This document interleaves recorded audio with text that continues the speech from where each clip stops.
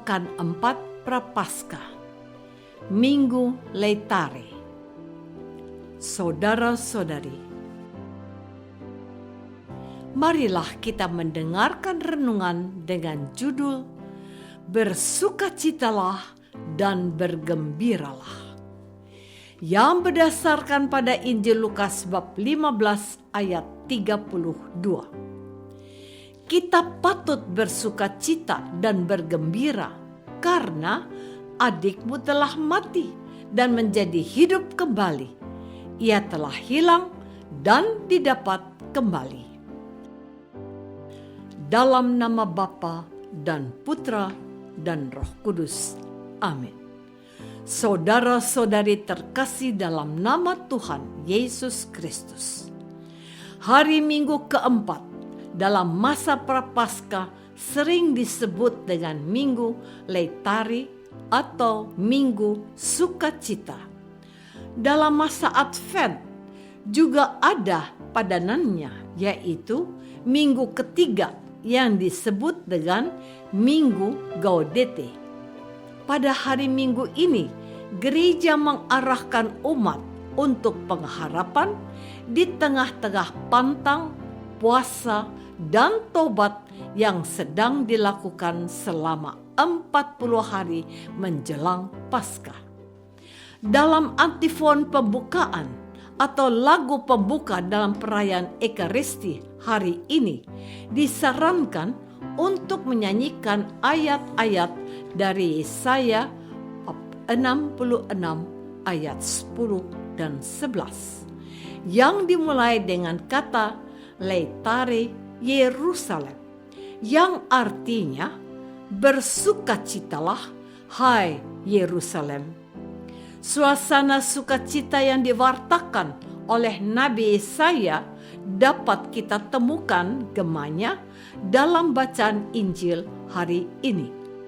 Di penghujung pewartaannya dalam trilogi Kasih Allah, Lukas bab 15, Santo Lukas memberikan penekanan khusus bahwa kita patut bersukacita dan bergembira karena adikmu telah mati dan menjadi hidup kembali.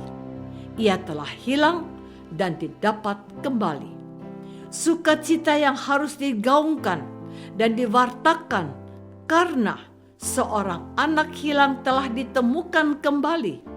Seorang berdosa yang bertobat dan menjadi anak Allah yang baik lagi. Saudara-saudari terkasih, dalam pengantarnya Lukas menunjukkan ketidaksukaan orang-orang Farisi dan ahli-ahli Taurat karena Yesus menerima orang-orang berdosa dan makan bersama-sama dengan mereka. Sikap ini adalah kewajaran di antara mereka yang meyakini bahwa dengan berbuat demikian, Guru Yesus telah menajiskan dirinya.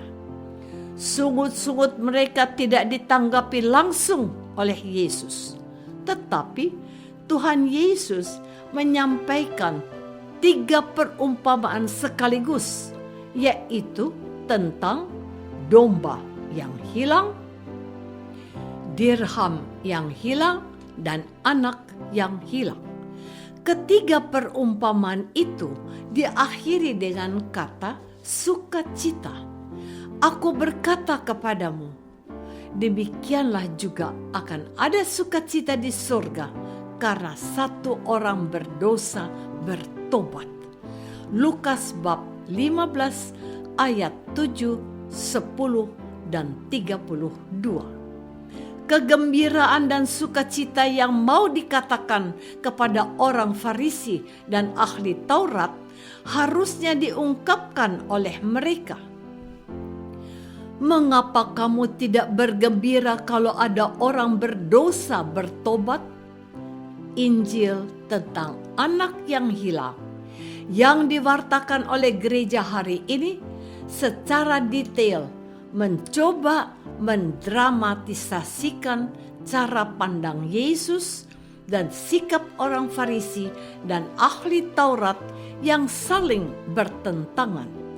Orang Farisi dan ahli Taurat tidak suka Yesus bergaul dengan orang berdosa, sedangkan Tuhan Yesus mendatangi mereka dan makan bersama dengan mereka, memanusiakan mereka, memberikan kesempatan kedua bagi mereka. Saudara-saudari terkasih, hari ini Tuhan Yesus mau kita bergembira dan bersukacita dengan semua orang beriman dan siapapun yang telah menemukan jalan pulang ke rumah Bapa setelah mereka tersesat dan terpuruk hidupnya. Tuhan Yesus tidak alergi terhadap orang-orang terbuang dan disingkirkan dalam masyarakat. Ia menghendaki setiap orang mengambil bagian dalam kebahagiaan yang telah disediakan Bapaknya. Masihkah kita ingat pada sabdanya kepada wanita yang tertangkap berbuat zina dan dijadikan alat untuk menjebak Yesus oleh orang-orang yang memusuhinya? Katanya, "Aku juga tidak menghukum engkau. Mulai sekarang, janganlah berbuat dosa lagi." Tuhan Yesus hari ini mau mengungkap watak Bapaknya yang menghendaki semua orang selamat dan berbahagia dengan Beliau di surga. Bapaknya sangat memahami ketidaksetujuan anak sulung yang melihat ayahnya memperlakukan secara istimewa anak bungsu yang baru saja pulang. Namun, Bapak juga memberikan penjelasan tentang alasan mengapa beliau bertindak seperti itu. Bapak tidak hanya menghormati anak sulung yang sudah benar hidupnya, tetapi ia juga harus menghargai anak bungsu yang ingin kembali ke jalan yang benar. Untuk usahanya, untuk pulang ke pelukan Bapaknya yang baik, itulah yang harus disambut dengan sukacita. Inilah kehendak Bapa. Kita patut bersukacita dan bergembira karena adikmu telah mati dan menjadi hidup kembali. Ia telah hilang dan didapat kembali. Saudara-saudari terkasih, dalam setiap usaha dan upaya kita untuk berbenah diri selama masa Prapaskah ini, Gereja Kudus ingin menarik perhatian kita pada kehendak Bapa untuk bergembira dengan orang-orang yang selama ini sudah hidup menjauhi gereja dan tidak mempedulikan iman yang sudah dianugerahkan kepadanya.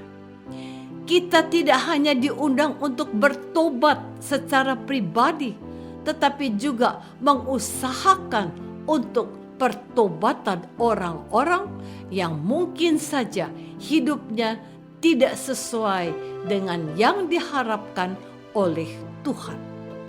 Mengaku orang Kristen, tetapi sibuk memperkaya diri dengan melakukan korupsi, itu keterlaluan.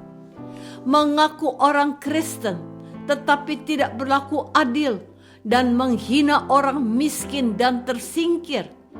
Mengaku orang Kristen, tetapi tidak memberi ruang gerak bagi orang yang ingin terlibat dalam hidup menggereja.